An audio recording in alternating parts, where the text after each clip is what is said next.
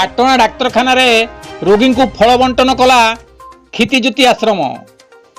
ବିଶ୍ୱ ଭାତୃତ୍ୱ ଦିବ୍ୟାତ୍ମା ପରିଷଦ କ୍ଷିତିଜ୍ୟୋତି ଆଶ୍ରମ ଘଟଗାଁ ଶାଖା ଆନୁକୂଲ୍ୟରେ ପାଟଣା ଗୋଷ୍ଠୀ ସ୍ୱାସ୍ଥ୍ୟ କେନ୍ଦ୍ରରେ ଚିକିତ୍ସିତ ହେଉଥିବା ରୋଗୀମାନଙ୍କୁ ଫଳ ବଣ୍ଟନ କରାଯାଇଛି।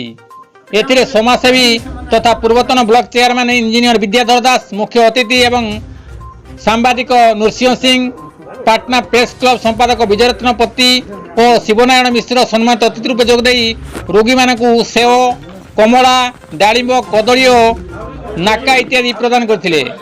ଗୋଷ୍ଠୀ ସ୍ୱାସ୍ଥ୍ୟ କେନ୍ଦ୍ର ମୁଖ୍ୟ ଅଧିକାରୀ ଡାକ୍ତର ଶୁଭେନ୍ଦୁ ସାଗର ନାୟକଙ୍କ ତତ୍ତ୍ୱାବଧାନରେ ଡାକ୍ତର ନିରଞ୍ଜନ ସାହୁ, ଡାକ୍ତର ଯାଜ୍ଞସେନୀ ମହାନ୍ତ ଓ ଫାର୍ମାସିଷ୍ଟ ଅଧିକାରୀ ଅନୁପ ପସନ୍ଦ ଏବଂ ନର୍ସିଂ ଅଧିକାରୀ ଜୟପ୍ରକାଶ ମହାନ୍ତ ଉପସ୍ଥିତ ରହି କାର୍ଯ୍ୟକ୍ରମରେ ସହଯୋଗ କରିଥିଲେ। କ୍ଷିତିଜ୍ୟୋତି ଆଶ୍ରମର ବାବା ଚରମାନନ୍ଦ ଦାସ ଓ ଘଟଗାଁ କେନ୍ଦ୍ର ସଂଗଠନର ପରିଚାଳକ ଅର୍ଜୁନ ଚରଣ ମହାନ୍ତ ଏବଂ ସନ୍ଧ୍ୟାରାଣୀ ବେହେରା କାର୍ଯ୍ୟକ୍ରମ ସଂଯୋଜନା କରିଥିଲେ। ନରେନ୍ଦ୍ର କୁମାର ସାହୁ, ତିଳୋତ୍ତମା ମହାନ୍ତ ଏବଂ ତାପସ କୁମାର ପଣ୍ଡା କାର୍ଯ୍ୟକ୍ରମ ପରିଚାଳନାରେ ସହଯୋଗ କରିଥିଲେ। କବିନ୍ଦ୍ର ରାଉତଙ୍କ ରିପୋର୍ଟ, କେଡି ନ୍ୟୁଜ୍ ଓଡ଼ିଆ।